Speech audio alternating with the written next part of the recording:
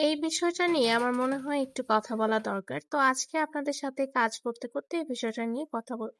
বিষয়টা হচ্ছে ধরেন আপনি আপনার হাসব্যান্ডের সাথে আপনার বনিবনা হচ্ছে না।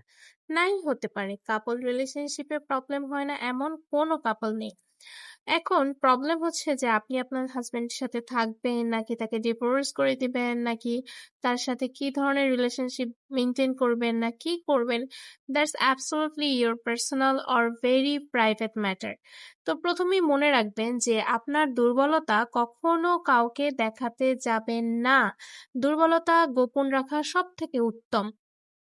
দরকার পড়লে আপনি চুল কেটে ফেলেন, দরকার পড়লে বাথরুমে যেয়ে কাঁদেন বা দরকার পড়লে যা কিছু করেন। কিন্তু আপনার দুর্বলতা কখনো আপনার আপন মানুষ বা কাউকেই বলতে যায়েন না। এতে কি হবে জানেন? মানুষ যখন দুর্বলতা জানে, তখন সে কি করে? ওই বিষয়টা নিয়ে আপনাকে হার্ট করা শুরু করবে। আর আপনি প্রতিদিন নিয়ম করে ১ ঘন্টা করে কাঁদেন বাথরুমে, দেখবেন আপনি অনেকটা রিল্যাক্স হয়ে যাবেন। It's all about releasing your pain rather than sharing. The world will hammer you after knowing your weakness. Trust me. কিছুদিন আগে ডক্টর আমিনা কাশফিয়া নামক একজন ইনফ্লুয়েন্সার অনেক বেশি ভাইরাল হয়। এটা আমরা অনেকেই হয়তো দেখেছি। তো দেখেন যে একটা ভুল মানুষ, একটা ভুল রিলেশনশিপ, একটা স্মার্ট, এডুকেটেড, রিচ মানুষকেও যে একদম ডিসফাংশনাল করে দিতে পারে তার বড় প্রমাণ হলেন উনি। একেক সময় একেকটা বলা, যা না লাগে তাই শেয়ার করা, এই মেকআপ করা, আবার অর্ধেক ফেস দেখায়, অনলাইনে আসা, এসবই আসলে ডিসফাংশনাল অ্যাক্টিভিটিস এর কারণ। তো আর এগুলা হচ্ছে সবই মেক্সিমাম উনি ট্রমাতে আছে যার কারণে এই কাজগুলা করছে। আর বাংলাদেশে হচ্ছে কি মেয়েরাই মেয়েদের বড় শত্রু। ট্রাস্ট মি, আমি নিজেও দেখছি। মানে ছেলেদের থেকে মেয়েরাই মেয়েদেরকে সবচেয়ে বেশি ক্ষতি করে।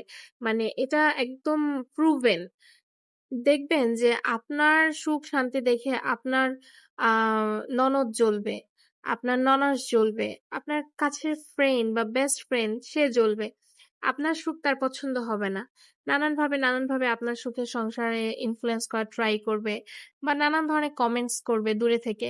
তো এরকমই। আবার আপনি দেখা যায় আপনি নিজেও হয়তো কারো না কারো সুখ দেখে চলতেছেন। তো মেক্সিমাম যেটা হয় যে বাংলাদেশের মেয়েদের যে মেয়েরা যে সুখে আছে এই জিনিসটা একদমই মানে দেখানো উচিত না। ঠিক আছে? তাহলে দেখা যাবে যে এই হ্যাপি কাপলটার মধ্যে একটা ঝামেলার সৃষ্টি হবে মানুষের বদনজর লেগে। তো যাই হোক আজকে আমি অনেক কাজ করলাম আর সারাদিন আমার এভাবে কাজের মধ্যেই কাটে। তো আমার ভিডিওগুলো কেমন হয় অবশ্যই আপনারা কমেন্ট করে জানায়েন।